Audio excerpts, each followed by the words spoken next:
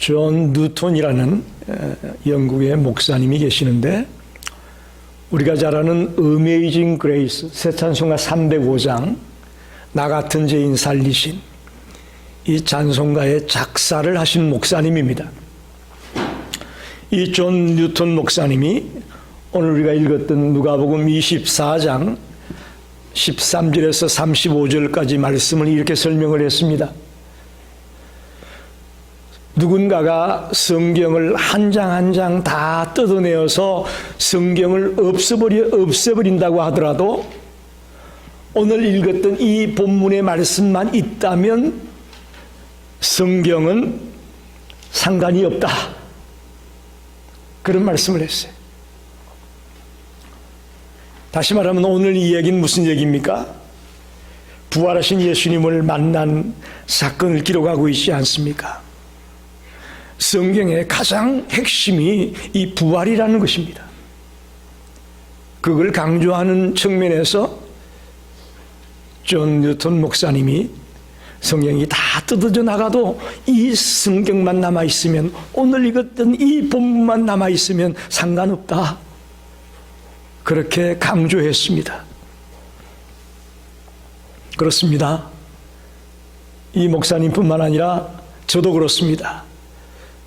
우리 모든 성도들이 이 부활신앙을 놓치지 않는다면 희망이 있습니다. 아무리 이 땅의 삶이 힘들고 쪼들리고 고통스럽고 아프고 괴로워도 우리에게 이 부활신앙이 남아있다면 이겨낼 수 있는 힘이 있다고 믿습니다. 예수님이 돌아가신 지 사흘째 되는 날, 두 제자가 엠마오로 가고 있었다고 오늘 말합니다. 25리쯤 된다. 예루살렘에서 엠마오까지는 25리 정도 된다. 이거는 약 11km 정도 된다, 그렇게 볼 수 있습니다. 11km 정도의 거리입니다. 걸어서 한 3시간 정도 가면 다다를 수 있는 가까운 거리에 있는 마을입니다. 두 사람 중에 한 사람의 이름은 글로아라고 이름이 나와 있습니다. 나머지 한 사람의 이름은 끝내 성경에 나오지 않습니다. 두 사람은 내려가면서 서로 이 얘기를 주고받습니다. 최근에 예루살렘에서 일어났던 사건을 이야기하는 것이죠. 자기들이 따랐던 예수가 십자가에 죽었고 사흘이 되었는데 여인들이 무덤에 가보니까 예수의 무덤이 비었다고 하더라. 그래서 나오면서 걱정을 했더니 천사들이 예수가 다시 살아났다고 얘기했다. 그리고 그 소식을 들은 두 제자가 무덤에 가봤더니 진짜 그 여인들의 말대로 무덤이 비어있더라. 이런 이야기를 나누면서 터벅터벅 엠마오로 가고 있었다고 오늘 말씀은 기록합니다. 도대체 엠마오 도상에서 어떤 일이 일어난 겁니까? 오늘 설교 제목이 엠마오 도상에서 생긴 일, 이 말씀을 통해 놀라운 주님의 은혜가 우리 가운데 임하게 되기를 간절히 소원합니다. 한 명도 그냥 돌아가는 성도님이 없기를 소망합니다. 첫째로 이 엠마오로 가는 길은 낙심과 슬픔의 길이었습니다. 왜 그랬을까요? 이 두 제자는 12사도에 해당되지는 않는 사람입니다. 그걸 여러분이 이해하고 들으셔야 됩니다. 12사도에 해당되지 않은 일반 제자 중에 두 사람이었다고 봅니다. 그들은 예수를 따라다니면서 들었던 말씀이 있잖아요. 예수님이 메시아다.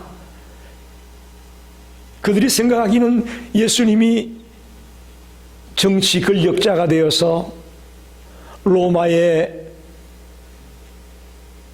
식민지와 같은 그런 비참한 삶을 살고 있는 그들을 해방시켜주고 그들에게 진정한 말할까요, 행복한 삶을 살게 해줄 그런 지도자로 마음속에 생각했을지 모릅니다. 특히 3년 동안 일하면서 얼마나 많은 기적을 행했습니까? 그죠? 안전뱅이도 일으키고 죽은 자도 살리고 중풍병자도 깨끗하게 남을 얻게 하고 오병이어로 5,000명이 넘는 자들이 먹고 남게 하고 뭐 어마어마한 기적과 능력을 행하는 그런 예수를 봤기 때문에 예수님이 죽는다는 건 생각도 못했어요. 죽는다는 건 생각도 못했어요. 그렇게 하고 따라다니는데 그 예수가 가장 흉측한 죄인들이 죽는다는 십자가에서 죽고 말았으니 이들은 낙심하며 슬퍼하며 터벅터벅 엠마오로 가고 있었다라고 봅니다. 24장 17절에 보니까 이렇게 말합니다. 예수께서 이르시되 너희가 길 가면서 서로 주고받는 이야기가 뭐냐 하니 두 사람이 슬픈 빛을 띠고 머물러 서더라. 가다가 이제 예수님을 만나게 되는데 예수님이 누군지도 알아보지도 못하고 슬픈 빛을 띠었다. 엠마오로 내려가는 길이 근심과 낙심과 슬픈 모습이었음을 잘 설명하고 있습니다. 한마디로 말하면 예수님이 이야기했던 부활, 그건 이 두 제자에게는 안중에도 없었습니다. 여기 굉장히 중요한 이야기입니다. 예수님이 여러 차례 부활에 대한 말씀을 했는데도 이 두 제자는 안중에도 없어요.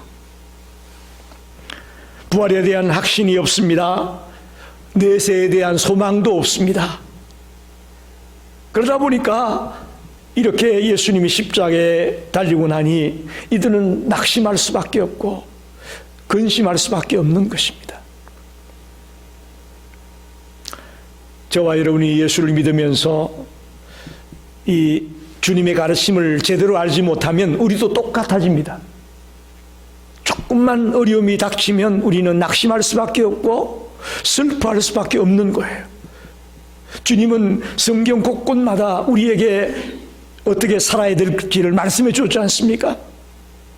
이 성경은 우리 인생들의 매뉴얼입니다. 우리 전자제품을 사게 되면 매뉴얼이 따라오잖아요. 저희 집이 얼마 전에 세탁기가 망가져서 세탁기를 새로 샀는데 요즘은 매뉴얼이 따라오질 않고 뭐 웹사이트를 가르쳐주면서 거기 가서 매뉴얼을 보라고 그렇게 시대가 바뀌었어요. 그 매뉴얼에 보면 어떻게 사용할지가 다 나와 있습니다. 인간의 창조자이신 하나님이 인간이 이 땅에서 어떻게 살아가야 될 것을 이 성경에서 다 말씀하고 있습니다. 매뉴얼이에요.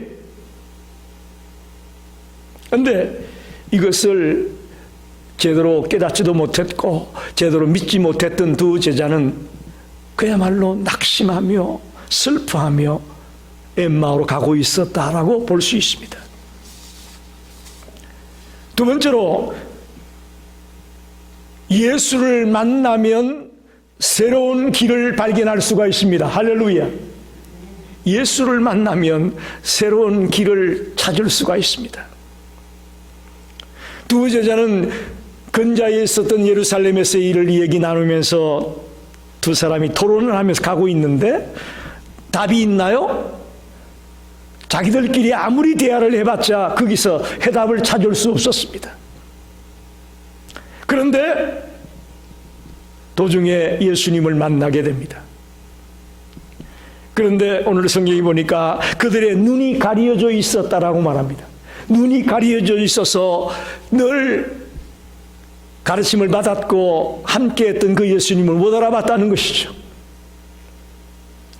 뭐 여러 가지 이유가 있겠죠. 예수님이 부활하신 뒤에 신령한 몸으로 변형되면서 못 알아본 거 아니냐. 또 예수님이 이미 죽었다고 생각했으니까 다시는 그 예수님이 자기들 앞에 있을 것이라고 상상도 못했기 때문에 못 알아봤다. 뭐 등등의 얘기할 수 있을지 모르겠습니다만 가장 중요한 이유는요, 불신앙이에요. 그들의 눈이 가리워진 가장 결정적인 이유가 뭐냐? 불신앙 때문이었다고 말씀드립니다. 우리도 마찬가지입니다. 우리 곁에 예수님이 있지만 우리가 불신앙이 가득 차 있다면 예수를 못 알아봅니다. 예수를 만나지 못하는 거예요. 오늘 자리에 있는 저와 여러분이 눈이 어두워지는 자가 되지 말기를 바랍니다. 예? 주님의 말씀대로 믿고 뜨겁게 달려가는 자가 되어서 주님이 언제 어느 때에 나에게 말씀을 하든지 내 곁에 있을 때에 주님을 볼 수 있는, 주님의 음성을 들을 수 있는 성도가 되길 바랍니다. 주님 우리 곁에 계시는데 이 두 사람은 못 알아봤습니다. 그러나 예수님과 같이 동행하고 대화를 나누고 같이 떡을 떼고 그 이후에 그들의 눈이 밝아지지 않습니까? 예수님을 만남으로 그들의 인생의 문제가 해결되어졌습니다. 그들이 고민하고 슬퍼했던 문제가 해결되었다는 것이죠. 새로운 길이 찾아집니다. 다시금 예루살렘으로 돌아가게 되는 그런 길이 벌어집니다. 예수님이 묻죠. 너희들이 하는 얘기가 무슨 얘기냐? 아니 당신도 예루살렘에서 오는 것 같은데 예루살렘에서 된 일을 모릅니까? 이렇게 말하잖아요. 우리가 나눈 얘기는 나사렛 예수에 대한 얘기인데 그 사람이 살아있을 때에 행동과 말씀의 능력이 있었다. 그 사람은 우리들의 속량자로 이 땅에 온 사람이다. 그런데 그랬던 그가 대제사장과 종교 지도자들에 의해서 십자가에 못 박혀 돌아가셨다. 그런 지 벌써 3일이 지났다. 그런데 어떤 여인들이 예수님의 무덤에 가보니까 무덤에 시신이 없고 나오다가 전사를 만났는데 그 예수님이 다시 살아났다고 하더라. 그래서 두 제자가 쫓아가 봤더니 진짜 그 여인들의 말대로 무덤이 비어있고 예수님이 없더라. 그런 얘기가 들렸다. 남의 얘기하는 것처럼 이 두 제자가 예수님에게 쭉 설명을 하는 거예요. 그러자 예수님은 25절 26절에 질타합니다. 뭐라고 말씀합니까? 이르시되 미련하고 선지자들이 말한 모든 것을 마음에 더디 믿는 자들이여. 이 말씀이 예수님이 조곤조곤 살살 얘기했겠습니까? 강하게 얘기했겠습니까? 제 생각은 이 미련하고 어리석은 자들아. 그러면서 26절에 그리스도가 이런 고난을 받고 자기의 영광에 들어가야 된다고 말하지 않았느냐? 왜 말씀을 못 알았냐? 그런 말입니다. 왜 말씀을 믿지 못하냐? 그런 말이죠. 그러면서 27절에 이에 모세와 모든 선지자의 글로 시작하여 모세와 선지자의 글이라는 이야기는 구약 성경을 말합니다. 구약 성경을 가지고 모든 성경에 쓴 바 자기에 관한 것을 자세하게 설명해 주었다. 예수님이 성경을 통해서 일일이 그들에게 십자가와 부활에 대한 말씀을 증거했다. 메시아에 대한 얘기를 증거했다. 그렇게 볼 수 있습니다. 그러자 엠마오로 내려가는 그들이 이 예수님을 만나고 또 예수님의 가르침을 듣다가 마음이 뜨거워지고 이제 방향을 바꾸어서 다시금 예루살렘으로 방향을 바꾸게 되는 말씀이 오늘의 말씀입니다. 여러분, 우리의 인생길이 새로워지려면 예수님을 만나야 됩니다. 똑같은 삶 같지만 예수를 만난 자의 삶과 만나지 못한 자의 삶은 천지차이입니다. 그걸 분명히 여러분 아셔야 됩니다. 분명히 아셔야 됩니다. 오늘 두 제자는 예수님을 만남으로 새로운 삶이 시작되고 새로운 길이 시작되는 것을 발견할 수가 있습니다. 세 번째로 생각할 것은 아는 것과 믿는 것은 다릅니다. 여기 매우 중요한 얘기입니다. 아는 것과 믿는 것은 다릅니다. 낙심하며 슬퍼한 이유는 그들의 믿음이 잘못되었기 때문에, 불신앙 때문에 낙심하며 슬퍼하며 그들은 엠마오로 가고 있었지 않습니까? 그들에게는 죽음과 즉 십자가와 부활이 의미가 없었습니다. 예수님이 얘기할 때 한 귀로 듣고 흘려버린 거죠. 이제 내가 예루살렘에 올라가면 십자가에 못 박혀 죽을 거다. 그러나 3일 뒤에 살아날 것이다. 분명히 예수님이 수차례 말씀했습니다. 근데 그들에게는 이 죽음과 부활이 아무런 상관이 없는 말씀이었습니다. 그리고 말과 일에 능하신 선지자다, 그렇게 말하잖아요. 그러니까 메시아로 알았던 그 예수를 이제 선지자로 보는 거예요. 불신앙이 우리 속에 들어오게 되면 메시아가 한순간에 선지자로 바뀌어집니다. 말과 일에 능하다는 이야기는 어떤 일이든지 할 수 있는 그런 능력을 가진 사람이었는데 사람들에 의해서 십자가에 못을 박히고 가시 면류관을 쓰고 옆구리에 창으로 찔리고 이런 나약한 모습으로 죽었다, 뭐 이런 표현이에요. 주님의 가르침을 받으면서 알기는 알았습니다. 듣기는 들었습니다. 그러나 이 말씀을 믿지 않으므로 자기하고는 전혀 상관이 없는 말씀으로 끝났다는 거죠. 오늘 주는 이 말씀이 나에게 주는 말씀으로 받게 되기를 바랍니다. 목사인 저도 오늘 이 말씀이 나에게 주는 말씀으로 받기를 원합니다. 그럴 때 목사도 은혜를 받는 겁니다. 여러분 생각에는 목사님 우리에게 은혜를 끼치는 자라고 생각할지 모르는데 저도 동일하게 여러분과 오늘 은혜를 받는 자입니다. 아는 것과 믿는 것은 다릅니다. 두 제자는 이제껏 예수님을 이스라엘을 속량할 자로 알고 있었다고 말하지 않습니까? 이스라엘을 속량할 자, 예수님은 십자가와 부활을 통해 그들을 속량할 것이라고 생각하는데 이 두 사람은 어떻게 알았느냐? 정치적인 권력자가 되어서 세상의 왕이 되어가지고 자기들을 건져내주고 편안하게 살게 해줄 걸로 알았던 거죠. 동문서답이에요. 예수님의 가르침과는 전혀 엉뚱한 생각으로 제자들은 말씀을 받은 거죠. 저도 그동안 수많은 설교를 했는데 성도들이 제가 한 설교의 진위와는 다르게 받고 가는 사람이 많더라고요.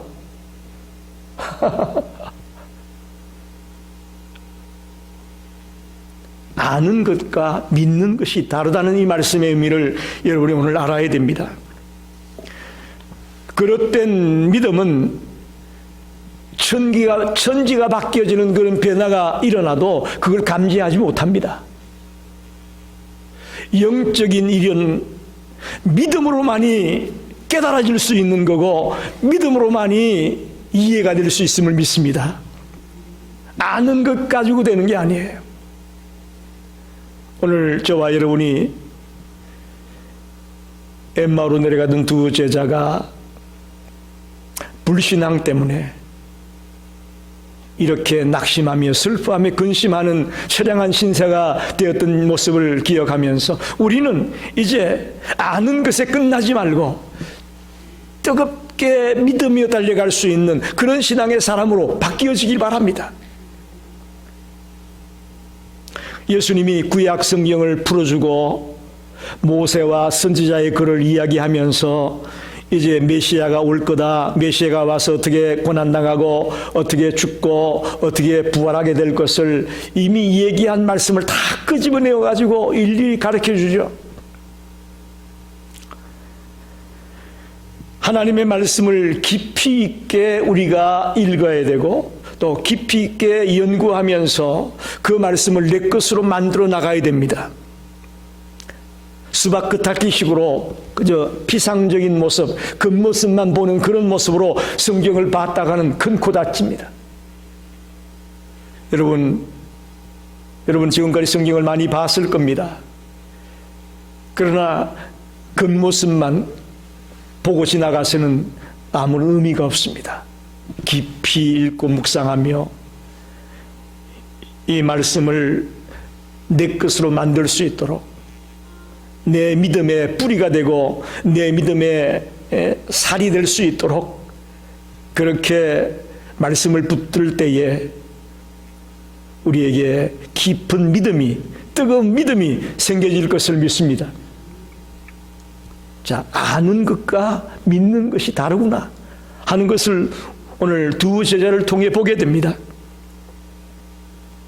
아무쪼록 저와 여러분도 아는 것에 그치지 말고 이제 오늘 이 시간부터 뜨거운 믿음의 사람들로 성장해 나가고 변화되어져 나가기를 간절히 소망합니다.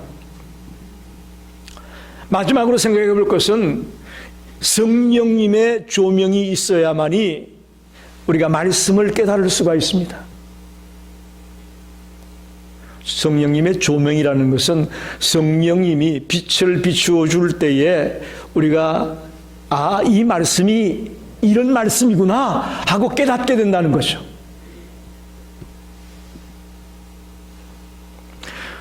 아무리 확실한 얘기, 확실한 사건을 보여줘도 성령님의 조명이 없이는, 즉 믿음이 없이는 우리가 그 말씀을 내 것으로 받아들이지 못한다는 것입니다. 저도 신학교를 다니고 또 지금까지 목회하면서도 성령님의 빛을 비추어주지 않는다면 성경을 아무리 읽고 연구하려고 해도 그 진리를 깨닫지 못할 때가 참 많았음을 고백합니다. 다른 목사님이 써놓은 주석이나 이런 것들을 가지고 이 말씀이 이 말씀이구나 라고 깨닫게 되는 건 별 의미가 없더라고요. 말씀을 읽으면서 나에게 이런 뜻으로 이 말씀을 주고 있구나. 성령님이 빛을 비추어 줄 때에 그 속에 그 말씀이 살아있고 그 말씀이 힘이 있는 것을 발견했습니다. 우리 성도님들 성경을 읽을 때마다 기도하십시오.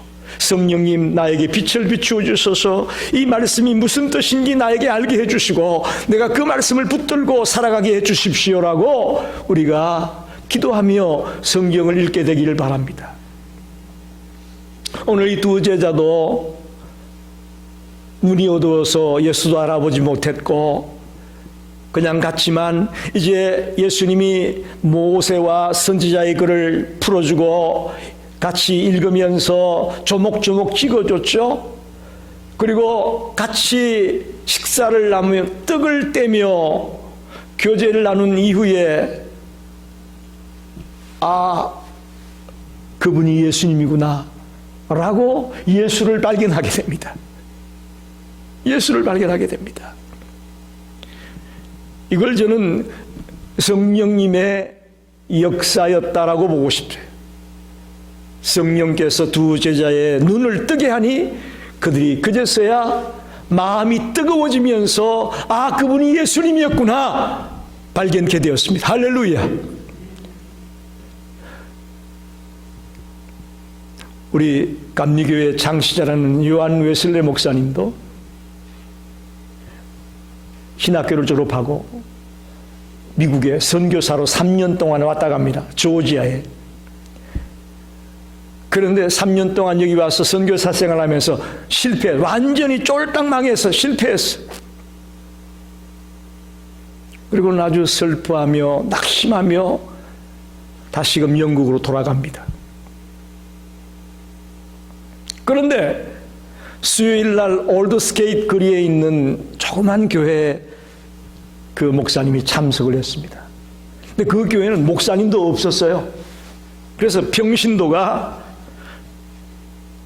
루터가 쓴 로마서 주석 그 서문을 읽고 있었어요. 그게 설교예요. 설교자가 없으니까. 근데 그 말씀이 뭐냐? 믿음으로 말미암아 의롭다함을 얻고 믿음으로 말미암아 구원을 얻는다는 그런 이야기를 평신도가 읽어줬어요. 그런데 그렇게 늘 읽고 연구했던 말씀인데 그동안은 별 의미가 없었는데 그날 수요일 저녁 예배 참석했던 그날 한 평신도가 읽어주는 믿음으로 말미암아 의롭다함을 얻는다는 그 말씀을 듣는 중에 마음이 뜨거워졌다. 이게 잔 웨슬리의 회심으로 우리가 기억하고 있습니다. 여러분, 그동안 수없이 많이 설교를 듣고 수없이 여러분이 성경을 읽으면서 봐왔을 텐데 그 말씀 중에 성령님의 빛이 비추어지며 여러분의 마음이 뜨거워지게 될 때에 그 속에 역사가 일어나는 겁니다. 그 속에 기적이 일어나는 겁니다. 그 속에 변화가 일어나는 겁니다. 창세기부터 계시록까지 여러분이 여러 차례 읽으셨을 텐데 어떤 말씀이 기억에 납니까? 어떤 말씀이 여러분의 마음을 뜨겁게 했습니까? 그 말씀이 있어야 되는 거예요. 오늘 이 두 저자는 예수님이 십자가에 고난을 당하고 죽은 뒤에 부활의 영광이 있다라는 이 말씀을 해줄 때에 그들의 마음이 뜨거워진 거예요. 우리가 인간의 머리로 어떻게 하나님의 계획을 다 할 수가 있겠습니까? 하나님의 계획은 십자가라는 것을 통해서 구원 사역을 이루기 원하신 거예요. 할렐루야. 근데 우리는 그걸 생각하지 못한 것이죠. 십자가를 통해서 우리가 짊어지고 있는 죄의 모든 것들을 예수님이 대신 짊어짐으로 우리가 구원받고 영생 얻는 것을 하나님은 계획하셨는데 우리는 메시아는 절대 그러면 안 된다는 거죠. 이게 우리 생각이거든요. 그러나 성령의 빛이 비추어질 때에 그들은 이 진리를 깨닫게 되고 그 순간 발길을 돌려서 예루살렘으로 올라가게 된 것을 믿으시기 바랍니다. 말씀을 정리합니다. 오늘 본문의 핵심이 뭡니까? 말씀을 듣기는 들었지만 알기는 알았지만 믿지 못하고 내 것으로 말되지 못했던 두 제자가 이제 낙심하여 엠마오로 가는 중에 예수를 만남으로 그의 인생의 방향이 인생길이 완전히 바뀌어지는 그런 역사가 일어났다는 것입니다. 할렐루야.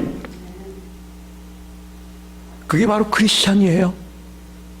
우리가 그렇습니다. 우리가 예수 없이 살 때는 내 멋대로 살았어요. 그죠? 내 하고 싶은 것대로, 내가 원하는 것대로, 내 마음대로 살았던 인생입니다.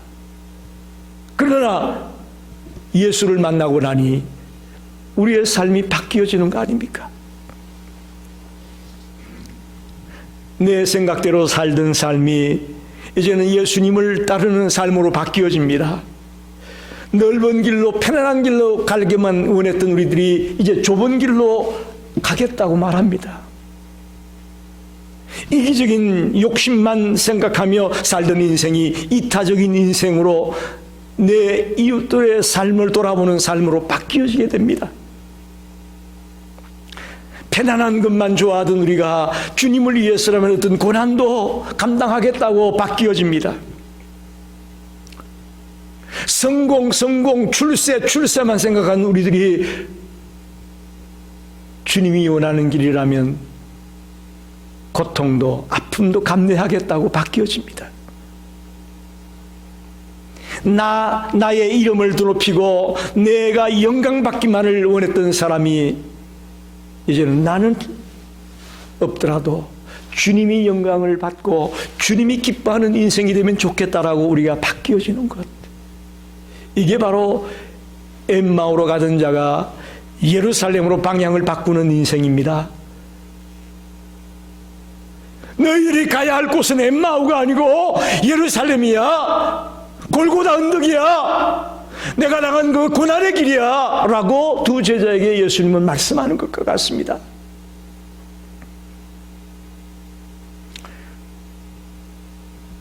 오늘 교회에 나와서 뭔가 좀 위로를 받고 그러고 싶었는데 또 목사님 그 얘기입니까? 고난받으라 그러고 골고다 언덕 가라 그러고 자기를 포기하라 그러고 여러분, 이 말씀이 나에게 부담이 아니고 이 말씀이 나에게 희열이 되고 이 말씀이 나에게 감격이 되기를 간절히 소망합니다. 그게 믿는 자의 삶이에요. 부활하신 예수님은 지금도 살아 역사하고 있습니다. 이 엠마오로 가던 두 제자만 예수님을 만난 것이 아니고요. 부활의 예수님을 만난 것이 아니고요. 지금 우리 곁에도 부활의 주님이 계심을 믿습니다. 지금 우리 옆에 계십니다.